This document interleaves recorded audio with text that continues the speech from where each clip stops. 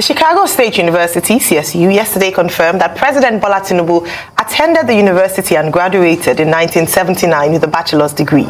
The university disclosed this in a statement issued to CBS Broadcasting Incorporated, generally referred to as CBN News, one of America's biggest and most influential news network. It, however, pointed out that United States federal law prevents it from providing any further information about Tinubu's record without consent or unless allowed to do so via court order. The presidential candidate of the People's Democratic Party in the 2023 election, Atiku Abubakar, had alleged that documents showing that Tinubu graduated from Chicago State in 1979 were not authentic and had highlighted it as grounds to nullify Tinubu's election victory. The certificate was issued in 1979 and signed by University President Elnora Daniel. But Daniel didn't arrive at CSU until 1998 and left about 10 years later. You see? Well, the president in the news, headline story for this morning, Rufai. Okay, so the president in the news, number one, yes, like he said, as regards the delegation that came from Rivers State, we have no reason to be poor, but we are poor, and he's going to do everything to fight it. The reason why we're poor, we know, is because of leadership. Successive Nigerian leaders have made this country poor. They've deliberately impoverished the poor because of their level of corruption, and that's what puts our country the way it is today. So President Tinubu had better try as much as possible to be able to solve the problem. Because one of the things that make us poor is the mounting debt, for instance. Today now, they said our debt have increased up to 87 trillion. Increased 75% more in the space of 3 months. That means we're still taking a lot of debts. And when you take so much debt, there's nothing that can be done. 2 weeks after sharing the palliative, life is still hard for a lot of Nigerians. These are the things that make Nigeria poor. Massive corruption, crude oil theft, and the list goes on. Concerning the certificate, I think a lot of people should come out clean. And the university and institutions will come out clean. Why is all of this happening? The certificates he presented to Inec is different from the one a lawyer, Enahoro Eba, got from CSU. And they filed a case as regards that I never saw the light of day. There were discrepancies as regards what the same Chicago State University gave Enahoro Eba, a lawyer, and what the president filed in his Inec form. We should not have a country where we're having discrepancies in certificates of leaders.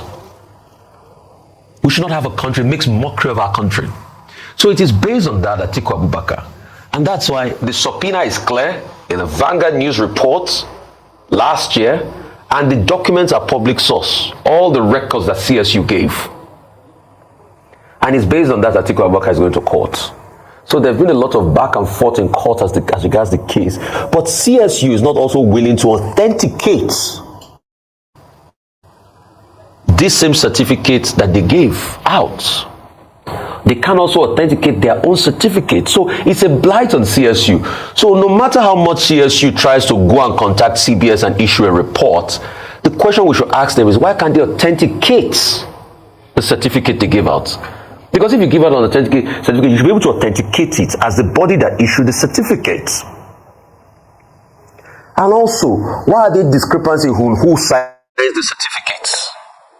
A man that just came in 1998 signed a certificate that was issued in 1979.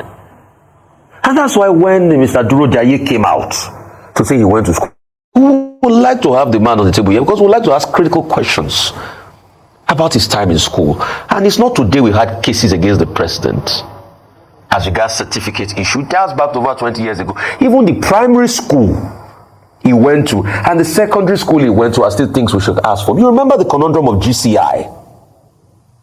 You remember also St. Paul's School, our lawyer. So there are many questions, and there needs to be clarity on the primary school he went to, the secondary school, and the university. Because so that people have a right to be able to know. I remember when, what is it called? I think it was one of Nigeria's president. Was it President Yar'Adua or somebody? They were doing a documentary on him, and they traced the documentary to where he served at Holy Child School. But also remember, I think it was Goodluck Jonathan. They did a documentary, and they discovered that he was teacher he served in maybe around Osun State or somewhere. NYC in Osun State.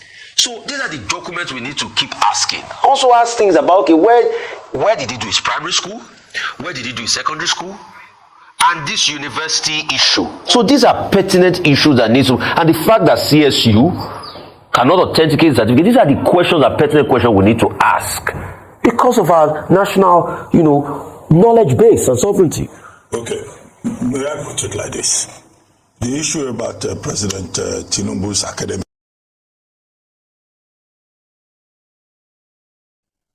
Yeah, I was saying a bit confusing. Yes. Rufai literally took word from my mouth. I agree with him. Now, according to what Ayo said in the opening statement, the CSU told the CBS that there are only two conditions under which they can release personal information about someone: the consent of the owner or by court order. So question is, if a man wants to clear his name, wouldn't he be quick to give consent? Why is the person whose name is being dragged in the mud actually making things tougher? Shouldn't you just, with a click of finger, say, please release everything? When Barack Obama's birth origin was challenged, everything was released. His birth certificate was released to the public. This is me. This is who I am, where I was born, when I was born.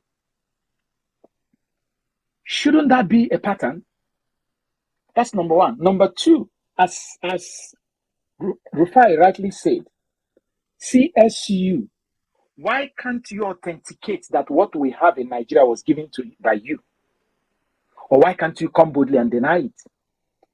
Now, do we even need, because they themselves are trying to protect themselves, do we need an angel to come from heaven to know that CSU have done even their own bit by going to the court and say, what we have in Nigeria, we can't say it is us, or we can't say it is not us?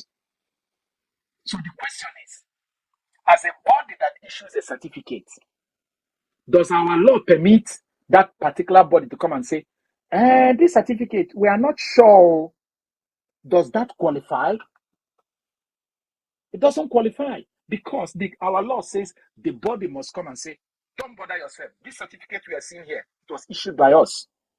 In fact, in the case of Enugu State, NYSC came to say that the certificate the governor is parading was not issued by them.